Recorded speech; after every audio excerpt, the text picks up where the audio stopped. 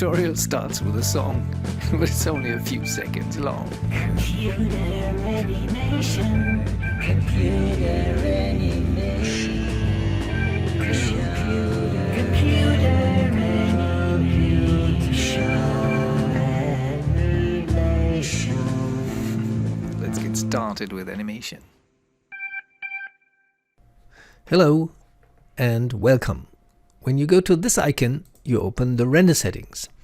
And the render settings have a common tab, an Arnold renderer tab when you're in Arnold rendering here, and a system tab. And in the system tab, you have the render device. It's by standard the CPU. It renders with the central processing unit of your computer. If you have a graphics card which is able to support ray tracing, etc., you can switch over to GPU, which is, as of the end of 2019, still in beta here. And probably when you watch this tutorial years later, you think, huh? It was in beta, it didn't render this and that, procedural textures. Well, maybe this will be obsolete. I hope so. Okay, we're in the CPU mode now. We create a simple scene with just a plane here, which I make bigger. I deactivate the grid so we don't have two grids here in the scene. Then I create a polygon sphere and I scale it a little bit up. Maybe I can scale it to the side like a more disc-like, whatever. Now we need a light, and I go to Arnold and I create an area light which sits in the center of the scene, and I can tilt it like this, move it a little bit up and to the back. So it's right here, make it bigger. The area light lights better when you untick normalize and when you raise the exposure to 1 or 2. And now you can render it. We're rendering with the standard version here, not with the graphics card. So this is the rendering, and it's done in 6 seconds. Now let's render the same scene with the GPU. And for that purpose, I put this to the side here and I switch over to GPU. It's not a very fancy GPU card, graphics card, which I have. It's a GeForce NVIDIA GTX 1070 and probably totally outdated when you watch this tutorial. Anyway, we render it now with a GPU.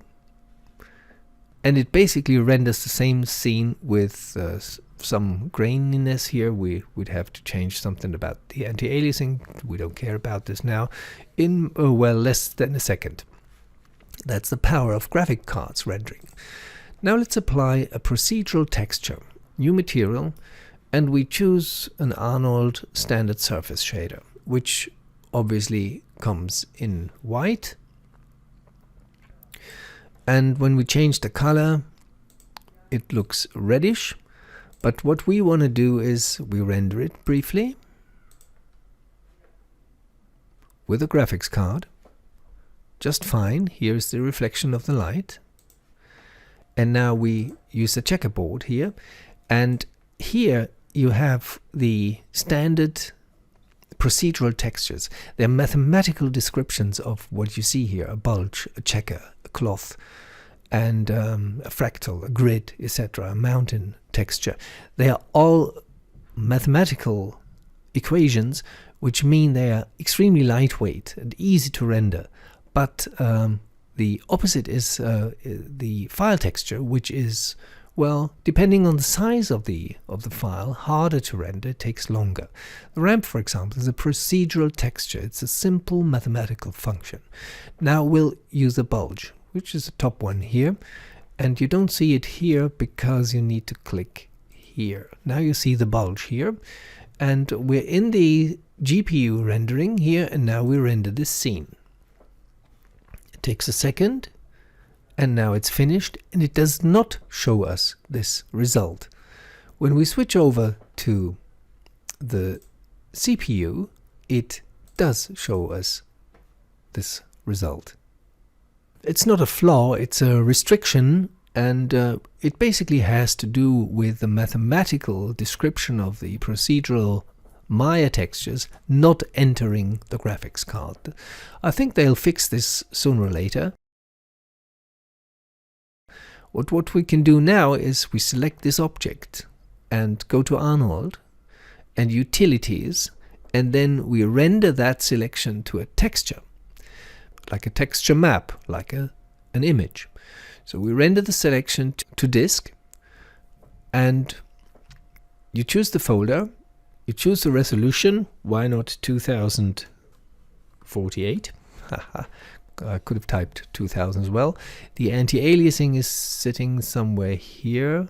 Where is it? Yeah, it's right here. We can make it higher resolution here, and now we just render it. It takes a while, and it's rendering the texture, the procedural texture of our sphere to our hard drive. It's sort of a workaround. It has a problem which I'll explain later. Reason why it takes so long is because it includes all the shadows and the reflections, and it creates a solid texture map in EXR file structure. If we had a bump map, it would be baked here as well. Maya is actually rendering the whole scene from all perspectives, from the back, from the front, etc. Whereas we only look at the object from the front, from the side currently. Now I'll speed it up because it really takes a little bit longer because of my 2048 setting. Now we can exchange the color here with our file texture. So color, break connection, that's the right mouse button. So it's turning black. Now we click here, and we're not going back to the bulge, we're going to the file now. And here in the image name menu we select our new material. That's the baked file. In my case it's this one, 2048 by 2048 pixels, and we just open it and it's mapped onto this object now. We're rendering with a CPU. Fine.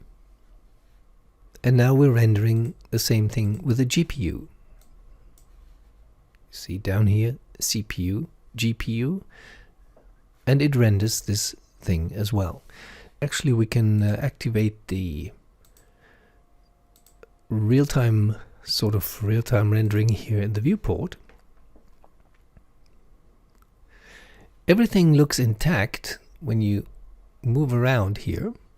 This part of our sphere is very dark because we have only one source of light here. But when you rotate this, deselect it, you see that it does not work anymore properly. It's not a proper lighting situation. It only works in a static scene. If you rotate it, the influence of the light does not change here. The light goes from this direction here, and it should actually illuminate this part as well. But we just mapped our texture with the previous lighting situation, the previous geometry situation. That's why this is not really serving our purpose. But if for a static scene, it's totally okay.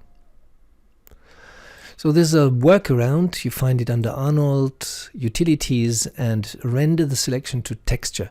You need to select the object which carries that texture, and that's basically all. And then wait, sit there, and apply that texture map to it. There are people who say that we could, rather than map it to the color here, break the connection, reduce that weight here to 0. We should actually use the emission here and the emission color.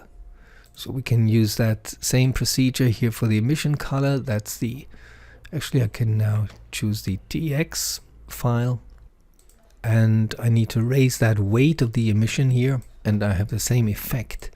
And there are people who say this is the much better way to apply this file texture. Anyway, have a nice day. Bye bye.